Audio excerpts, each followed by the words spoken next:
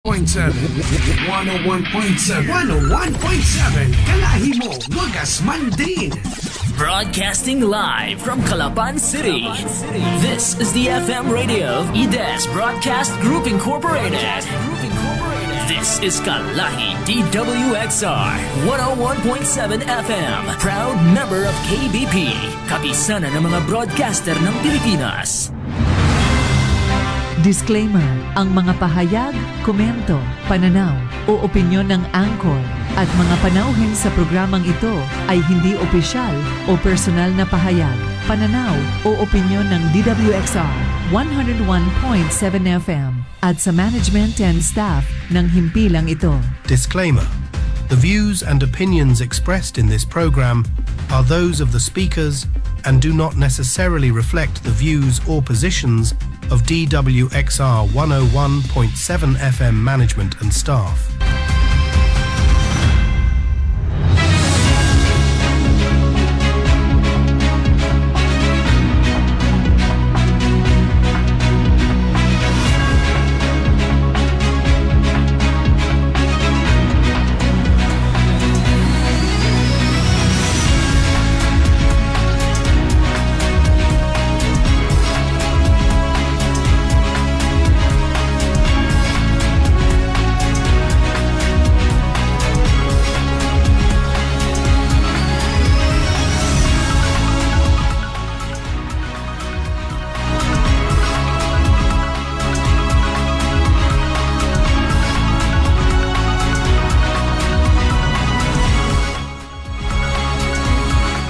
Okay, magandang tanghali po sa lahat ng nakikinig at sumusubaybay sa programang Balita at Talakayan. Muli po at isang oras na naman po tayo magkakasama at magtatalakayan.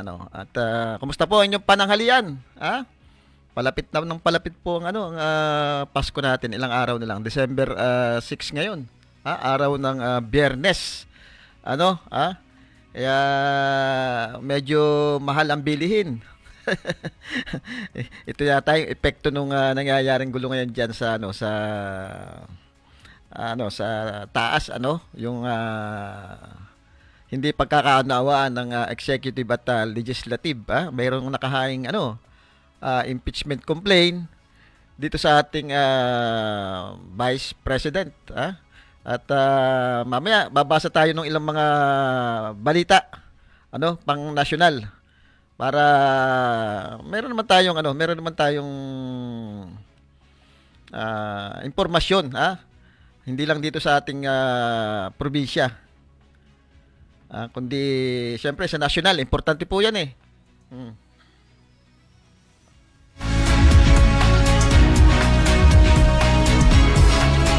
Medyo mainit po yung ating panahon, bagamat minsan makulimlim, umuulan, pero medyo lumalamig na po yung ating panahon. Panawagan din po sa lahat ng ating mga kababayan, lalo sa Calapan. Konting ingat sa pagmamaneho. Okay, yung ating pong partner ay nasa linya po at mamaya makakasama natin sa ating kwentuhan. Doon sa mga nangyayari dito sa ating bansa. Siyempre, yung mga pangyayari din dito sa ating probinsya. Okay, pabatiin muna natin yung ating kasama, yung aking partner. Partner, pabatiin muna ikaw. Nasa lugar ikaw ngayon? Magandang tanghali, kasamang Sandy, partner, at sa lahat ng mga nakikinig sa ating programang Balita at Talakayan. At of course, alam mo na, nasa Occidental tayo ngayon kasamang Sandy. Kung ano yung nararanasan mo dyan na umuulan at malamig ang panahon, kabaliktaran yan dito sa Occidental kasama sa dito parang summer na. May init diyan, partner. Napakainit kasama sa akala mo may El Nino na naman. Kabaliktaran ng alam mo napakalapit lang ng Oriental at saka ng Occidental, pero kabaliktaran ng nito, yung panahon dito ay talagang magkasalungat. Ika nga nila. So dahil makikita natin, mapapansin natin dito yung mga kababayan nating mga taga-Occidental nagagayak na para magtanim ng sibuyas at mais. Ito siguro yung panahon, Ito yung panahon na pagtatanim ng sibuyas dahil ang gusto yata niyan yung mainit na panahon. Yun, tama ka dyan. Dahil nakikita nga natin, parang one time lang dito nagtatanim ng palay. Mostly doon sa mga, sa mga hindi irrigated na mga palayan ng ating mga kababayan dito. Isang beses na sila nagtatanim ng palay. At ang kasunod nun, ay kung hindi mais, ay sibuya. Oo. So, kumbaga, yung kanilang pagtatanim din ay alternate. Hindi talagang puro palay lang. Pagkatapos ng palay, may ibang pananim silang pinapalit. Oo, kaya kung titingnan natin, mas magandang harvest yung mga dito mga magtatanim ng palay dahil yung lupa hindi masyado daw naging acidic pagka hindi dire-diretsong palay ang tinatanim dahil siyempre yung mga organikong ginagamit ng mga abono ay nakakatulong kasi yung ibang magtanim ka ng mais. After ng mais, diba siya, parang sinusunog nila yan para maging ang lupa ay maging fresh ulit at magkaroon ng organic na abono kasama Sandy. Sana partner tuloy-tuloy din yung programa at tulong ng ating Department of Agriculture. Dun diyan sa ating mga kasamang magsasaka diyan. Hindi lang doon sa mga pataba, hindi lang doon sa mga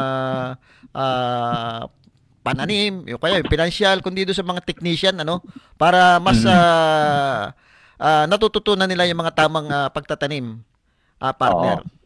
Tama ka dyan. Although may ginagawa din naman na gano'n, fairness naman doon sa Department of Agriculture, nakikita rin naman natin, mayroong mga municipal agriculturist officer na umiikot doon sa mga areas na yan.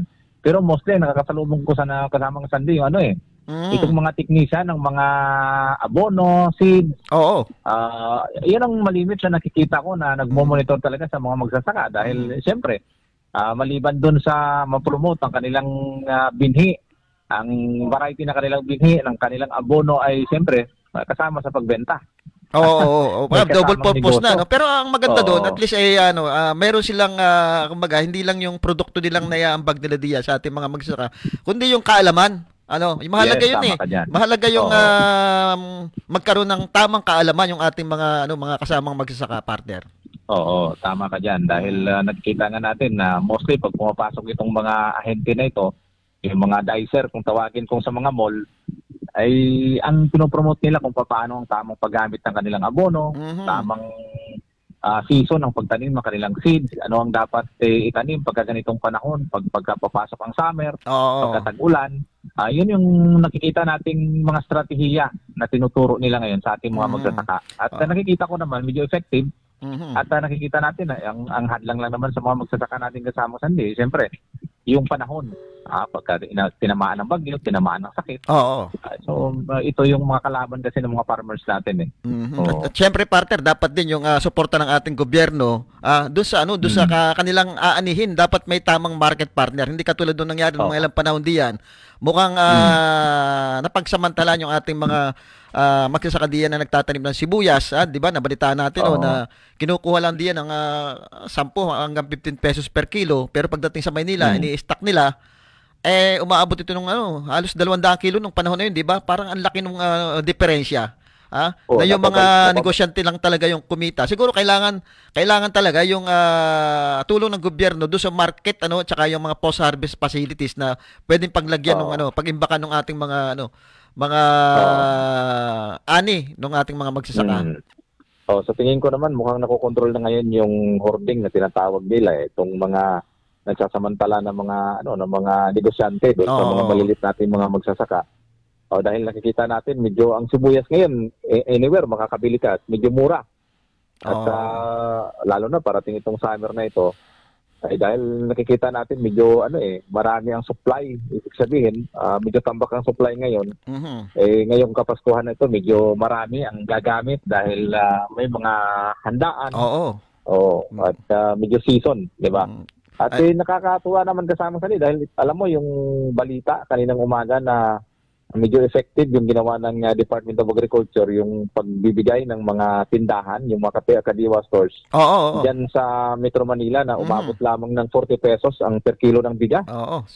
Sinamantala ng ating mga kababayan yun, yung presyo na yun. At yun, maganda yung tulong na yun. Kaya lang, ang tanong dito, hanggang kailan masusustain yung ganung bentahan ng bigas Maganda sana mas mapababa pa. Pero tayo nagulat dun sa sa issue ng rice tarification law, dun pala sa Senate partner. Ay may version sila na yung NFA hindi pwede talagang magbenta ng ng bigas, kundi ang kanilang role lang ay yung mag-stock para do sa mga calamity. So dapat hinihiling nung pamunuan ng NFA na payagan sila magbenta para mas mapababa pa nila yung presyo nung bigas. Yun ang pinoproblema ng National Food Authority dahil sabi nga nila ay napakarami nilang stocks sa bigas ngayon. Na dapat na mapapakinabangan ngayon ng sambayanan dahil ang sabi nga ng NFA sobra-sobra ngayon ang kanilang stocks maliban doon sa ginamit sa mga kalamidad. Napakarami daw ang kanilang stocks ngayon na dapat may dispose at hindi may stock dito sa kanilang mga bodega. Kaya yun ang problema ng NFA ngayon dahil hindi nga sila pinapayagang magbenta kasi kasi nga partner may batas may batas na umiiral. So ang mangyayari naman diyan, kaya pala yung minsan yung makikita natin ang gagandang bigas na ipinapasok sa NFA ay yung matagal na pagkaka-stock, kaya pala nagkakaroon na ng amuyan. Siguro dapat yan, pagka ganong situation at naka-stock na yan diyan, payagan na ilabas yung mga yan, papalitan na lang ng mga bago uli. Dapat may exemption. Tapos meron dapat nakatatak ng time limit kung hanggang kailan lang pwede i-stock yung i-dispose agad. Dispose na agad para hindi naman yung iba, 'di ba? Minsan inaamag na, may mga bukbok na sayang at halos kumbaga magagandang bigas yan na i-stock na matagal. Sana kung nailalabas yan sa tamang oras ang problema nga partner, siguro dapat magkaroon ng amyenda pa yan na payagan na ang NFA na magbenta rin ng bigas para mas mapababa pa. Sana maging transparent itong NFA kung kanino talaga binibigay yung bigas. Baka mamaya mapatulad na naman sa nakaraang issue na dadalawang malaking negosyante na naman ang nakakabili ng bigas. At nakikinabang na dyan sa mga stock na yan ng ating National Food Authority. Partner, bago tayo magtuloy-tuloy, ito yung maganda ring balita ito galing sa Kongreso kay House Speaker Romualdez. Yung balita dito sa Kongreso tutulong sa pagpapababa ng presyo ng bilihin. Ito ay ayon po kay House Speaker Romualdez. Babasahin ko partner para mapag-usapan din natin Tutulong na ang Kongreso para mapababa ang presyo ng mga bilihin, lalo na sa mga pagkain. Ayon kay House Speaker Martin Romualdez, ang pagbuo at pagsama-sama ng 5 komite ng Kongreso na mag-iimbestiga kung bakit mataas pa rin ang presyo ng mga pagkain, gayong mababa naman ang presyo nito sa farmgate at presyo sa pandaigdigang kalakalan, lalo na ang bigas. Inatasan na ko ang Committee on Ways and Means, Food and Agriculture, Trade and Industry, Food Security at Social Services na alamin kung ang mataas na presyo ng bilihin ngayon ay dikta ng monopolya o smuggling. Ayon kay Speaker Romualdez, ayon pa sa leader ng mga kongresista, halimbawa itong bigas, binawasan na nga ng taripa ng mga imported rice ng Pangulo at mababa din ang presyo sa world market, ay bakit hindi bumababa ang presyo dito sa atin? Anya, nasa 50 to 60 pesos pa rin ang kilo ng bigas. Dapat yung savings ng mga negosyante ay naipapasa sa mga mamimili, di ba? Dagdag pa ni Romualdez, ito raw ang pakay ng Quinta Committee para alamin saan o sino ang nakikinabang sa tariff reduction at pagbaba ng presyo ng bigas sa world market at mababang presyo sa farm gate. Wala tayong sasantuhin kung sino man yan ang nasa likod ng pagkontrol ng presyo ng bilihin, ating sasampahan ng price manipulation or smuggling. Dagdag pa ng Leyte representative. Ayun, partner ay maganda ito kung maiimbestigahan niya bakit sobrang taas nung bilihin. Katulad nga sinasabi ng Pangulo na binabaan na nga yung taripa. Pero bakit hindi nagbabago yung presyo? Ang problema kasama sa yan, puro lang naman investigasyon meron ba silang ipinakulong? Meron ba silang ipinasara? Na talagang mga smuggler na gumagawa niyan. Ang problema, puro investigasyon kung titingnan natin ngayon, yung Kongreso natin, lahat ngayon, kaliwat kanan, puro investigasyon, impeachment.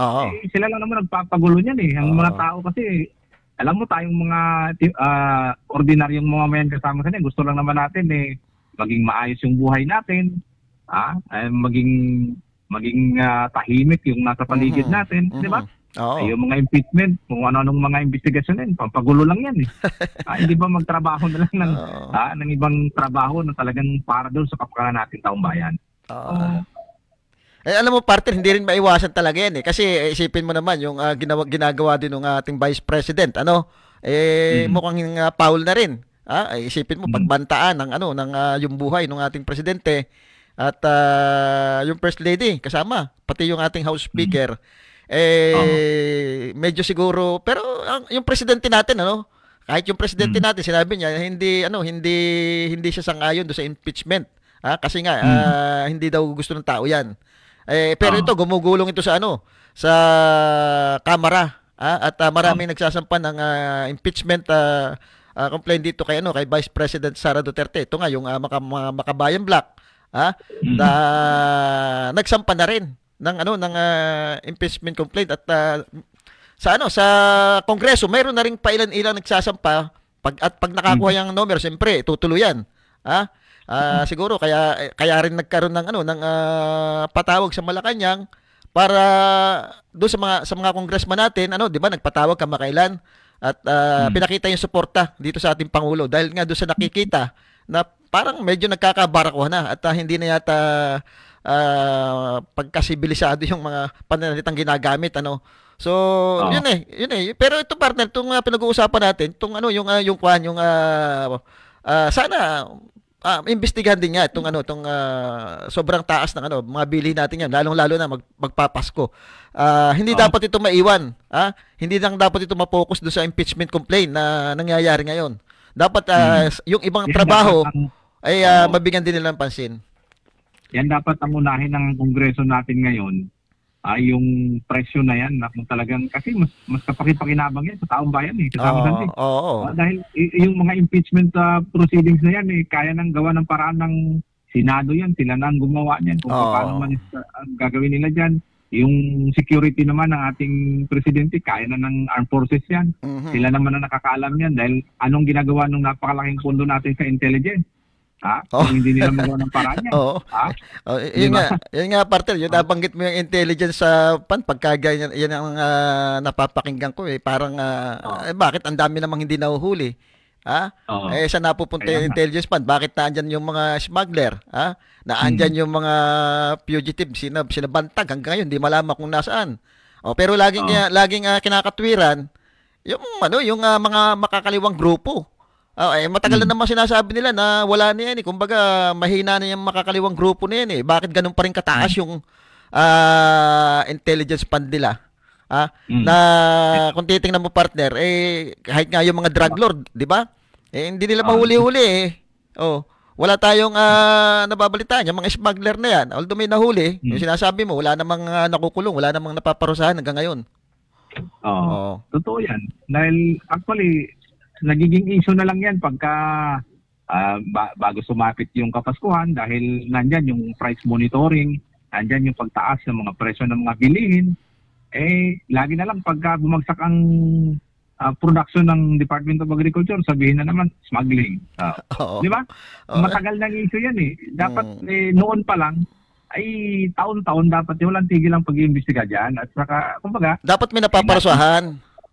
May paparusahan dyan. Kasi pag may sample kasamang sandi yan, hindi oobra na yung mga ilang gustong sumunod Di ba? Kahit pa paano, may agam-agam sila na, hindi pala pwedeng mag-smuggle ngayon dahil ganito pala kaparusahan, ganito pala ka-aktibo ngayon yung intelligence ng ating gobyerno. Yung problema, parang ang intelligence pa yata, parang intelihensya na. Nabanggit mo, parang intelihensya na At saka, para bang, kung yun nga partner ang laki ng intelligence fund natin. Yun, kumbaga, talagang billion yata, million, halos lahat yata nung, hindi naman lahat, siguro karamihan ng ahensya ng ating gobyerno, merong intelligence fund na ginagamit sila. Ang problema, pagka, hindi natin alam kung paano ina-audit yan yung intelligence fund yan ang pinagkakaguluhan ngayon, yung confidential fund, intelligence fund, 'di ba? Kaya nagkaroon din ng ng paghahain ng impeachment complaint laban dito kay Vice President Sara Duterte dahil din do sa kanyang confidential fund at saka intelligence fund, hindi may paliwanag kung saan ginastos. Sinasabi ni Senator Bato kaya nga daw ano yan confidential Aba, tingin ko hindi na confidential yan pagdating sa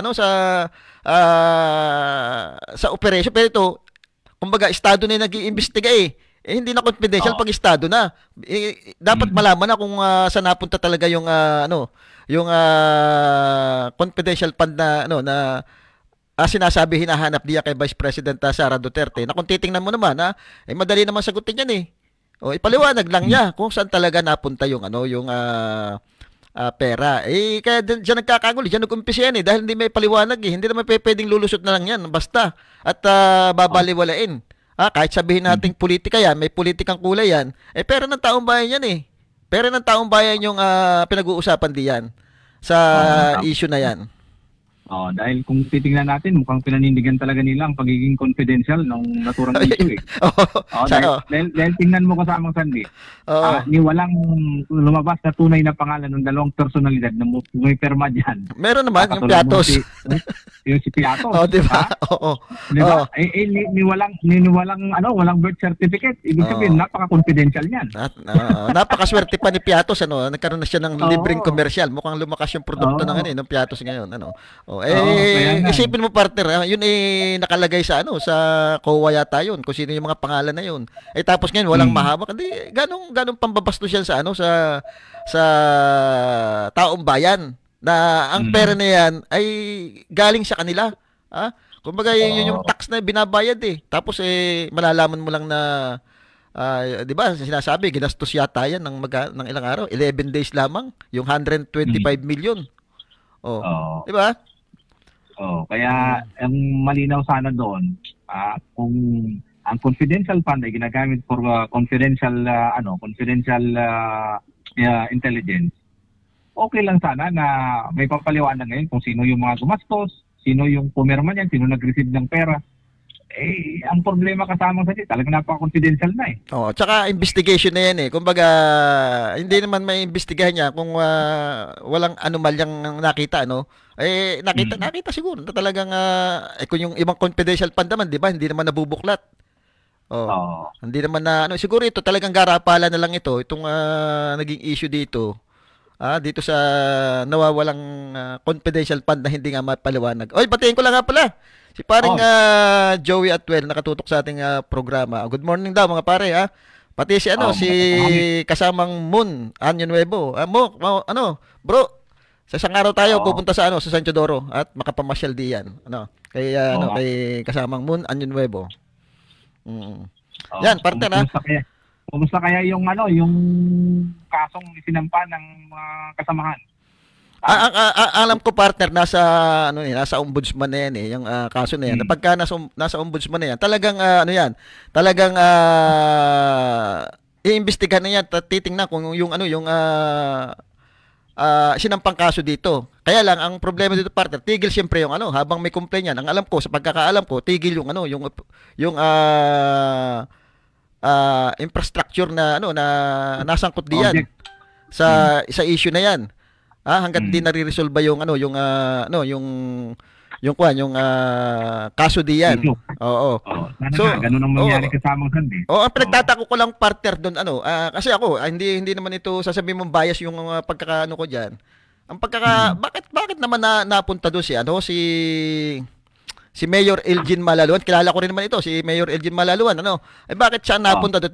Parang ang alam ko, bago ka makapasok sa isang establishment, isang opisina, may mga gwardiya talagang sila yung nagpapalagbok. At saka kung may mga papasok man doon, sabihin natin pupunta, may ongoing na may ongoing na bidding na nangyayari. So ibig sabihin, open yun para sa lahat. Kung may media man, at kung kasama man ng contractor, yun, mas maganda, walang issue doon kahit sabihin natin pinupolitika, may politika, walang issue doon kasi nga, ang titingnan doon yung yung kaayusan nung bidding kaya nga public bidding yan Ibig sabihin, open po yan sa publiko, kahit sino pwedeng manood, pwedeng magtanong. Pwedeng magmasid. Isang tanong pa diyan, 'di ba, dapat yan may mga publication, may mga ito ina-announce mo yan, open itong bidding nito kahit saan. So, baka mamaya bubuklatin lahat yan kung nasunod yung mga tamang proseso para diya sa bidding na yan. Ang isa pang hindi ko nagustuhan diyan nung interview ng mga kasama din natin do sa na grupo, yung sinabi ni Mayor LG, bakit kami lang ang pinupuntahan ng media? Bakit daw hindi yung malalaking kontrata? Hindi yun. Kumbaga sa kuwan hindi naman lahat pwedeng puntahan ng mga media yan. Hindi ka pwedeng magturo na ikaw lang napuntahan. Nagkataon lang na ikaw napuntahan. Pinupuntahan din naman ng ibang media yan eh. Yung mga malalaking bidding. Nagkataon lang siguro. At saka hindi biro kasama hindi yung halaga ng pondo. 200 million mahigit yata yun. 200 million. Malaking pondo yun. Malaking pondo yun. Malaking pondo yun. At saka nakakapagtaka doon bakit siya nagpakagalit? Kung tutusin ang executive pagka mayroong bidding na ganyan, wala dapat do sa sabihin na natin na nasa isang lugar siya. Pero kung naroon ka naman sa hagdanan, ba't mo naman nahayaan kung sino-sino pumapasok diyan at pipigilin mo kung sino? Wala kang pakialam, nangyayari ng bidding do sa loob eh. Pupunta ka na lang sa opisina mo. Katabi yata ng opisina yan yung bidding yung sinasabing matabang babae na hindi ko malaman kung totoo kung tinabig baga siya o nagmamadali. Siyempre, baka nahabol sa bidding yun. Bakit mo pipigilin yun? Merong nangyayari ng bidding dun. Di ba? So, yun ang problema. Bakit siya napunta ron eh? Ang mahalaga kasi doon, dapat nasunod yung yung bidding process. Yan. Yun. Kailan mo magsisimula. Yan ba na-publish? Dapat naging open tayo sa publiko ng gano'n. Wala ho tayong mga tinatago o anuman. Saka kung may mga paghaharang na gano'n, may mga kunting pagkakamali ho kayo dyan, tingnan nyo dapat yung proseso kung paano. Tsaka tingin ko hindi ito sa pinong kanya-kanya. Ito sa pinong kumbaga, yung proseso ng bidding. Kung paano ginagawa. Kung wala namang pumigil na tao, pumunta ang mga yan doon. Kahit sabihin mo hindi mag-logbook yung mga yan doon, pupunta ang bidding. Makikinig lang naman yung mga yan doon, makikiramdam doon. Hindi naman manggugulo yung mga yan eh. Di ba? Hindi naman mga yan. Tsaka bawal eh. Sino ba namang edukadong taong pupunta ka sa bidding, sasabad ka ng sasabad doon, wala kang alam. Siyempre magmamasid ka lang kung ano nangyayari doon. Kaya si kasamang Joey, talagang mukhang mukhang tawag dito, hindi daw makaalis sa kinatatayuan.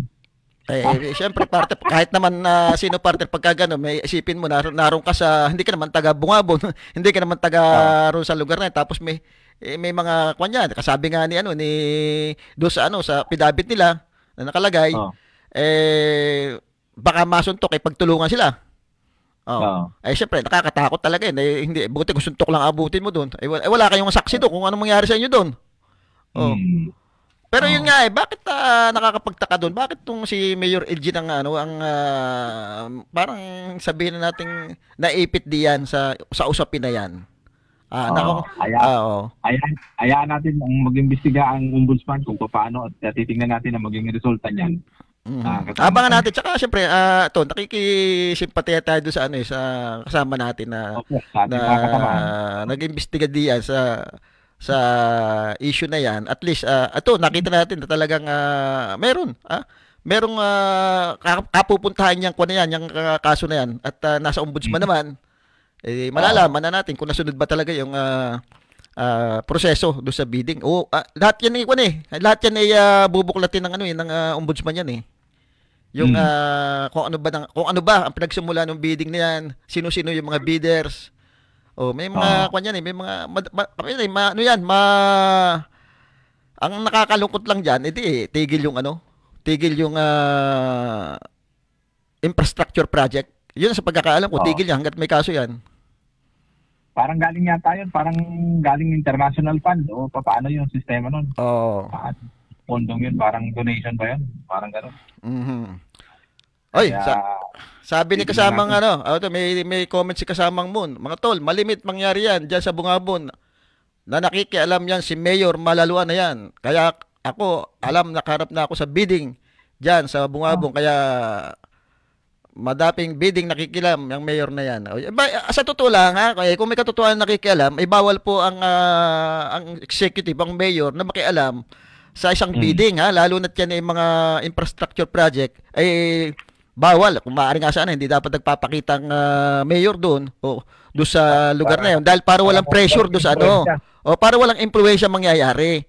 Kaya nga parang maging malinis eh. Yung sa media na pupunta doon, walang problema. Kasi ang media kaya na para tingnan kung may tama yung mga prosesong ginagawa. At para siyempre pagka nando ng media, nakikita, maiiwasan yung mga hindi ka nais-nais na dapat mangyari. At yun ay para sa taong bayan. Para sa taong bayan yun eh. Makikinabang ang taong bayan doon dahil at least napangalagaan yung pondo na gagamitin sa infrastruktura. Oo, tama ka dyan. At siyempre, yung isa sa mga naging concern ng ating mga kasamahan sa media dyan, sana ay naging maayos at hindi sana umabot sa ganung mga klaseng uri ng komosyon dyan sa lugar na yan. Titingnan natin kung susubaybayan natin kung anong mga pangyayari diyan sa usapin na yan. Kasi malapit na rin ng eleksyon at tiyatang si Mayor Malaluan ay re-electionist. Last term yata niya.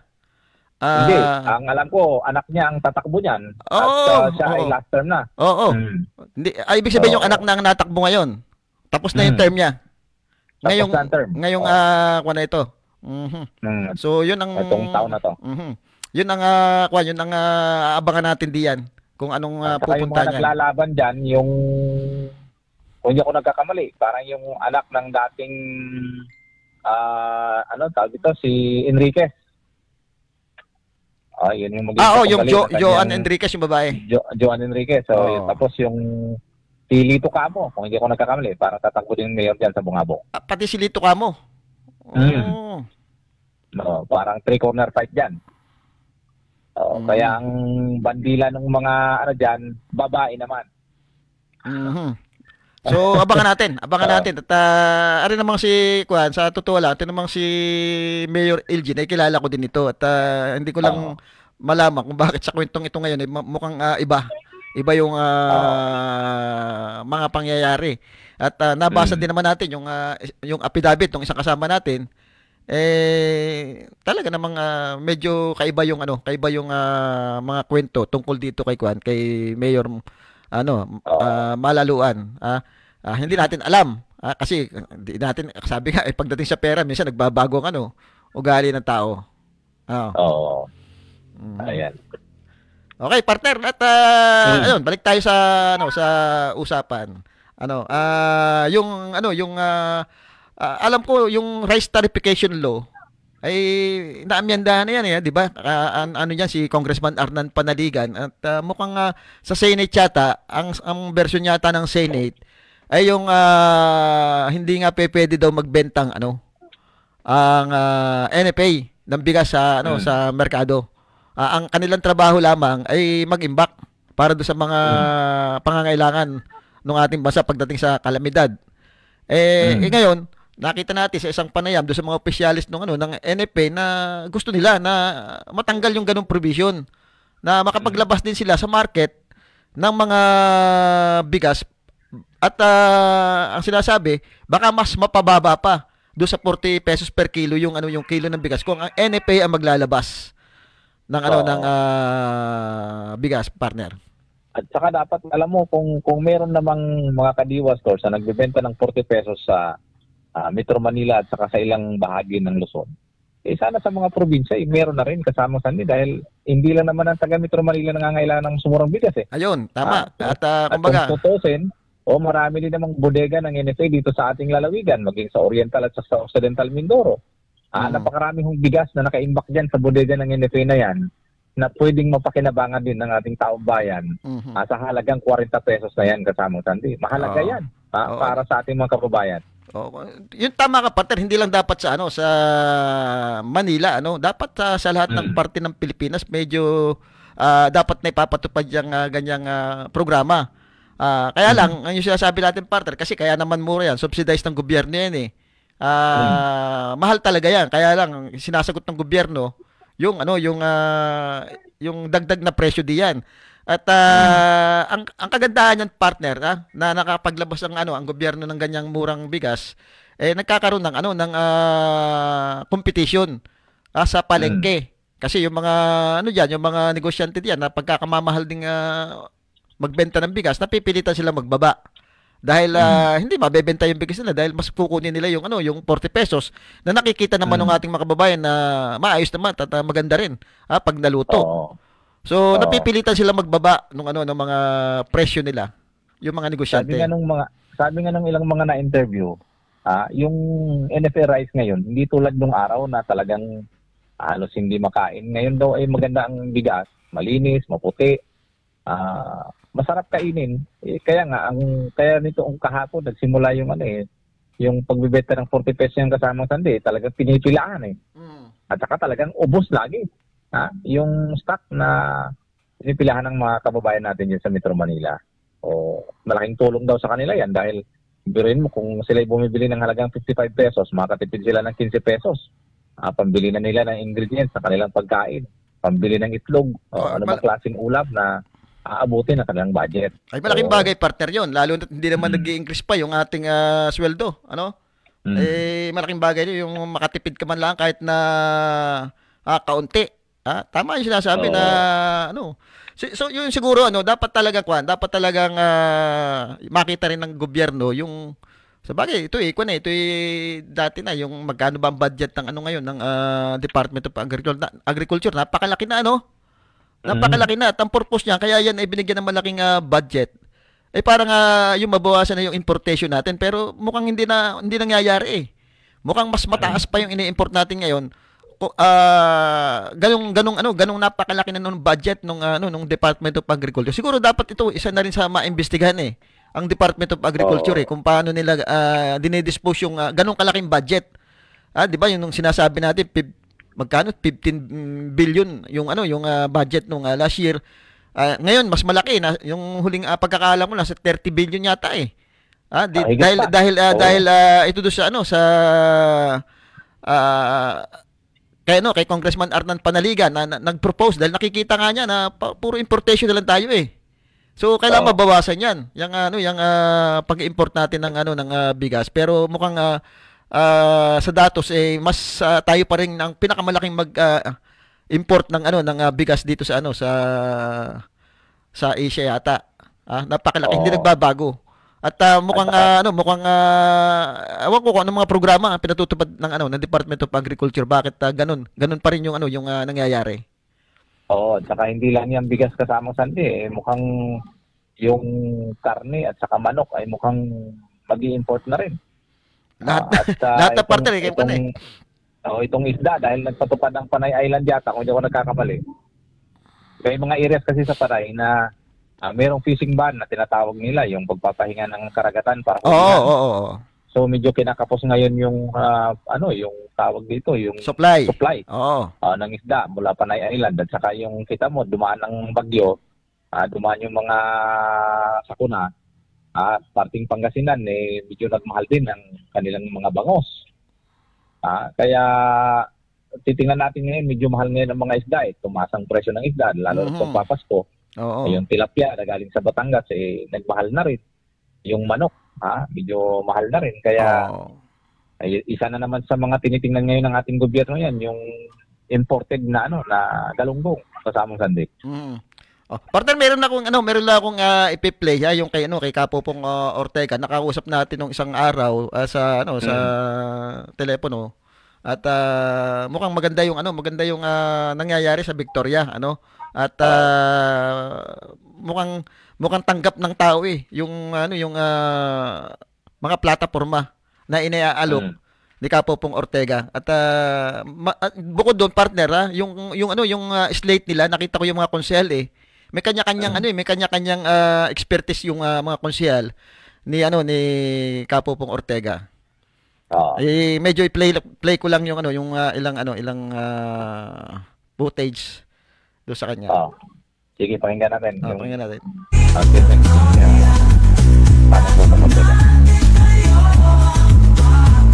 Kinabukasan tayo na po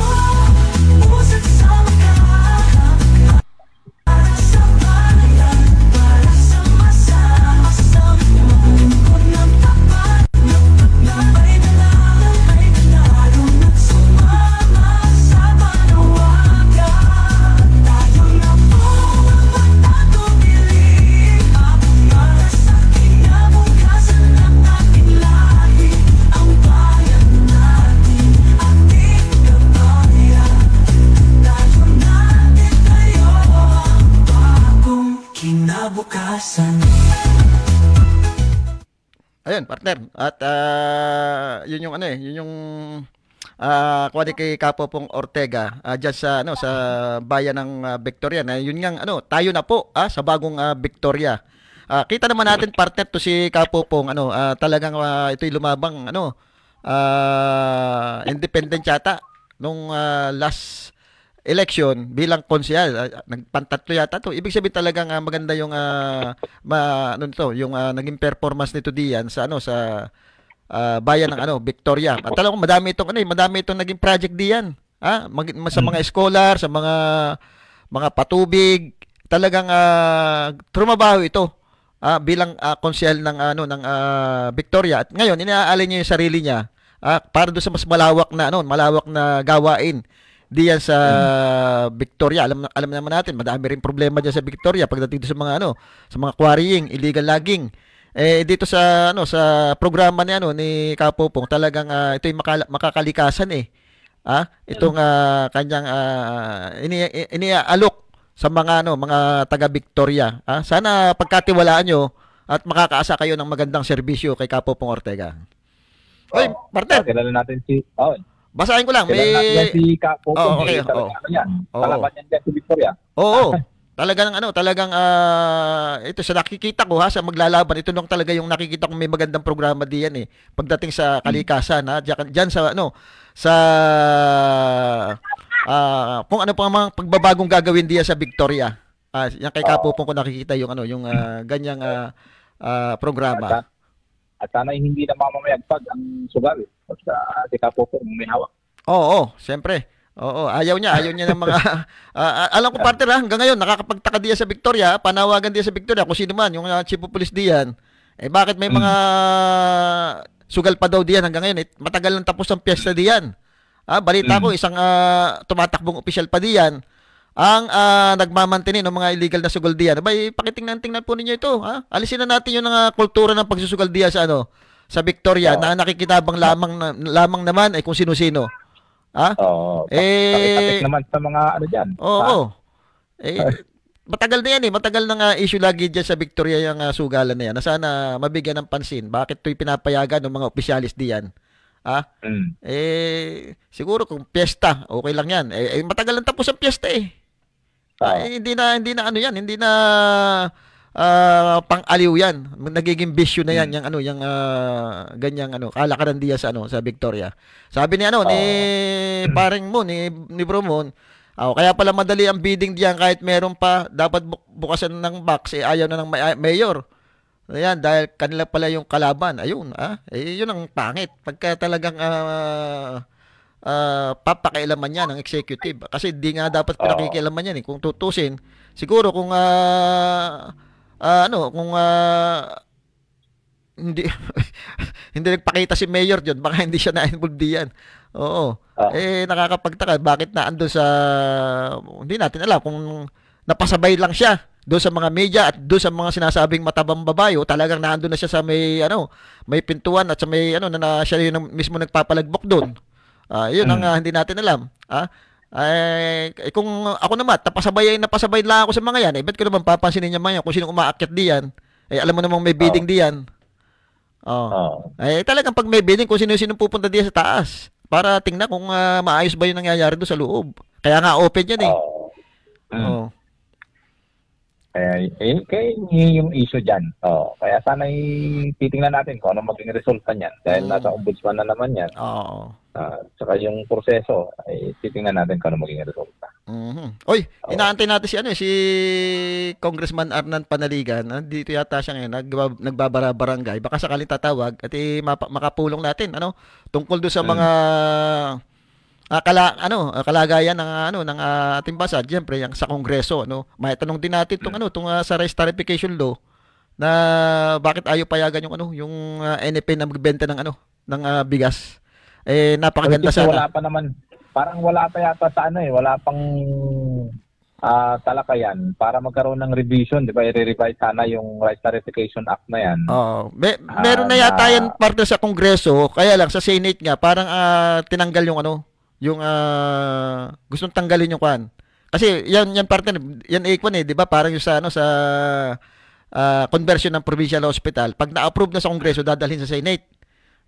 Siguro yung rice tarification law, yung amyenda, ganun din, dadalhin din sa Senate. Kaya sa Senate, pagdating sa Senate, tinatanggal yung provision na bawal magtenda ang NFA ng bigas sa market. At ang kailangan lamang nila ay mag-imbak lamang ng bigas. Which is ang ang principal author ng rice tarification law na yan ay si Senator Cynthia Villar. Cynthia Villar. Na kung saan ay kung sa una, nung pinag-aralan yan, ay ang sabi ay makakatulong. Pero bagkus ito'y kabaliktaran dahil naging pahirap ito sa ating mga magsasaka at naging kabaliktaran dahil sa full na pinatupad naman yung Rice Tarification Act na yan, ay isang beses lang bumaba ang presyo ng bigas at patuloy ang pagtaas. Kaya ganun ang naging decision ngayon ng ating Kongreso dahil nakikita nila ngayon na hindi pala naging maganda ang epekto nitong rice tarification law na ito. Totoo partner yan. Yan ay kwan. Yan ay ang nag-propose ng bill niya, si Senator Cynthia Villar. So nakikita kasi lang may problema tayo sa sa presyo ng bigas. Pero iniakda yan dahil nga daw para bumaba ang presyo ng bigas at para na rin matulungan yung ating mga magsasaka. Kaya lang, ikabaligtaran nga yun nangyari. Sinasabi ni Congressman Arnold Panaligan, mukhang failure kasi hindi naman bumaba ang bigas. Hanggang ngayon, partner, hindi naman bumababa. Yung sinabi natin, bumaba ang bigas, sa gobyerno yun. Merong kaya bumaba yun dahil may subsidy ang gobyerno doon. Pero kung talagang tamang presyo yun, hindi bababa yun. So kaya nga, isa yata siya doon sa author nung pag-amyenda sa rice tarification law. Madaming inilagay doon na, 'di ba? Yung sinasabi niya na hindi lang 'yung sa mga farm to market road, yung mga machinery, hindi lang doon sa mga istaka ng ng kanilang mga produkto. Madaming dinagdag sa rice tarification law. Kasama yata doon yung NFA na pwedeng benta na ng bigas. Kaya lang, pagdating nga yata doon sa Senate, medyo doon nagka-problema yata na mukhang hindi pinapayagan yung at ang magiging role lang mag-stock ng bigas para doon sa mangyayaring bilang kalamidad. Ang sinasabi nga, katulad sinasabi mo kanina, ang laki na nung stock ng bigas ngayon, At kung tatagal yun, magkakaamag na yan, magkakabukbok na naman yan. Kaya pala pag nilalabas yan, may amoy na. So dapat siya siguro merong time limit lamang kung hanggang kailan ini-stock yan. Pagka dumating na sa ganun, may expire na yan, i-dispose na dapat yan sa market sa murang halaga na, partner. At least napapakinabangan pa, hindi yung pagdating ng kalamidad tatanggapin yun ng ating mga kababayan amoy bukbok na. May mga kung ano-ano ng kulisa pang naando sa bigas. Diba? Sana nga kasi kasama Sandy, may balik na yung dating proseso. Katulad nung araw, yung mga nagtitinda ng bigas, dapat may license from NFA na magbenta ng bigas from the NFA. Kasi may choice yung tao may pagpipilahan sila na mas mura ang presyo. Tama. Hindi na monopolize ng mga negosyante. Pero mostly naman nun, mga malalaking negosyante rin lang ang nakakakuha. At sana yan ang i-monitor din nating mga kababayan. In particular dyan sa NFA naman. Sana walang pinapaboran. Tsaka dapat siguro. Lahat dapat ay open yan para sa lahat ng gusto magbenta. Dapat may mabigat na parusang ibinibigay doon sa mga lumalabag. Katulad yung sinasabi natin, wala tayong nabalitaan na parusahan doon sa negosyanteng bumili sa NFA. Di ba yung naging issue noon? Nawala na lang bigla. Na yung mga negosyante ang bumili at yung mga pinagkakitaan pa ng mga negosyante. Yung bigas na galing NFA. Ay nung panahon ng rice tarification law, nakita mo 'di ba, bumaha ng bigas dito sa atin sa hindi naman nagmura. Ang sinasabi pa nga nung ibang may personal ako na interview partner na yun daw mga negosyante ng bigas dito, pag nagdala sila ng tracking sa Maynila ng bigas, pagbalik bigas pa rin. Bigas pa rin yung dala at yung pala yung mga murang bigas na na kinukuha nila sa mga imported na rice. Pagdating dito nire-repack. At yun na yung commercial rice, mas mahal ang presyo. Meron ganung partner na kinikwento sa akin yung mga na yung kahit mismo dito sa atin sa atin sa probinsya, mga negosyante, may mga truck yung mga pagbalik puno pa rin daw ng bigas. Yung pala yung mga imported bigas na mura, nabili nila pagdating dito nire-repack, ginagawa ng mahal yung presyo. Nire-remil. Dapat partner yan ng tinitingnan din ng ating ng ating gobyerno yung ganyang bagay. Dapat may mabibigat na parusa yan pag nahuhuli sa ganyang gawain. Isipin mo bibili ka lang ng bigas doon sa Manila, yung mga imported na mura, dadalhin mo dito, re-repack mo, mas mahal. Ang kinalabasan niya kasamang Sandy, parang sila yung distributor ng mga imported na bigas. Ganun ang lumalabas niya. Kaya ang nakinabang talaga nung panahon yung mga negosyante lamang, hindi yung mga mamamayan nating na umaasa doon sa pagbaba ng presyo ng bigas. Which is ang imported kasi na bigas, na kung ibebenta dapat sa market yan, mas mura. I-compare natin sa mga local rice natin. Kaya yun ang purpose. Kaya nga parte ng pag-import kaya nga parte talagang ang nangyari kasi noon, yung mga negosyante walang limit din na mag-import ng bigas. Kumbaga basta may pera ka, pwede kang mag-import ng bigas. Ay mura no sa Thailand, mura no sa Vietnam, doon sila kumukuha. Pagdating dito nire-repack nila. Bagsak yung yung ating mga farmers din. Hindi naman nakinabang mga negosyante lamang. Hindi yung mamamayang Pilipino. Kaya tama ka diyan. So dapat talagang yung kumikilos ay ang ba yung mga programa talaga ng bakit hindi bumababa yung nakakapagtaka rin parte kahit nakailang dagdag na ng budget ng Department of Agriculture, pero ito ganun pa rin mataas pa rin yung importation natin ng bigas. So dapat siguro maimbestigahan din kung bakit ganun pa rin na tayo pa rin yung pinakamataas mag-import ng bigas sa kabila nung budget na napakalaki ng inilalagay sa Department of Agriculture. Ayan, medyo kapos na tayo sa oras kasamang Sandy, pero sana yung panawagan ko dyan sa ating lungsod ng Calapan ay sana yung mga empleyado at saka yung mga projects na dapat ay pakikinabangan na ng taong bayan ay naisaayos na yung pondo ng ating lungsod ng Calapan. Kaya sa mga pinoproblema ngayon ni Vice Mayor Bim Ignacio. Pero nabanggit naman ni Vice Mayor Bim Ignacio, lahat naman yung sa ika ng di ba yung sa solo parents. Naibigay na sa sa executive. Dapat sila na yung nagbabagay niyan. Ang problema, nalaman natin yan pala ibinalik sa sa bangko. Kaya hanggang ngayon walang natanggap yung yung mga solo parents. Yun naman sa senior citizen. Naroon na rin naman daw, binigay na rin, nasa kanila na rin daw yung yung pondo. Yung sa tricycle driver, pinaliwanag na rin naman ng SP, ni Vice Mayor Bim Ignacio, yung sinasabing mga fake news. So dapat naman siguro nagpapaliwanag dito yung executive na mismong doon sa galing sa bibig nila kung ano ba talaga yung nangyari, hindi yung mga tagapagsalita lang mismo. Kasi pagka tagapagsalita lang, pwedeng hindi kanya na sinabi ko. Hindi katulad nung ginagawa ni Vice Mayor Bim, mismo siya yung nagpapaliwanag. Tumatawag siya ng mga press para ipaliwanag yung problema para nalalaman ng ating mga kababayan. Ay isa pang panawagan pala ng na tinatanong ng ating mga kababayan ngayon, bakit daw parang wala yatang ewan ko lang kung may preparation na kasi dati may nakikita kong tarpaulin na kung ano yung preparation ng nung piyestahan at saka nung magiging Christmas nung Calapan. Bakit daw ngayon parang wala? Sabi ko meron naman kako yung peryahan, nakita niyo naman peryahan, di ba? At least masasaya yung mga bata ron. Kaya lang may kasama sugal. Malay may surprise. Sana surprise kasi pag lagi ko nakikita sa palengke ang laki ng tarpaulin yung mga yung mga schedule ng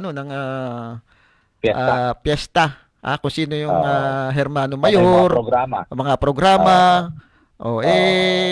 Parang wala pa daw yatang sabagay ibang bayan nakita mo pag-arboso sila sa Pailawan. Actually maganda sana nakakapagbigay kasiyahan itong mga pag-arbo ng Pailawan. Pero kung titingnan natin gaano ba kalaki ngayon ang presyo ng per kilowatt Ayun na, partner. Tsaka kasamang Sandy.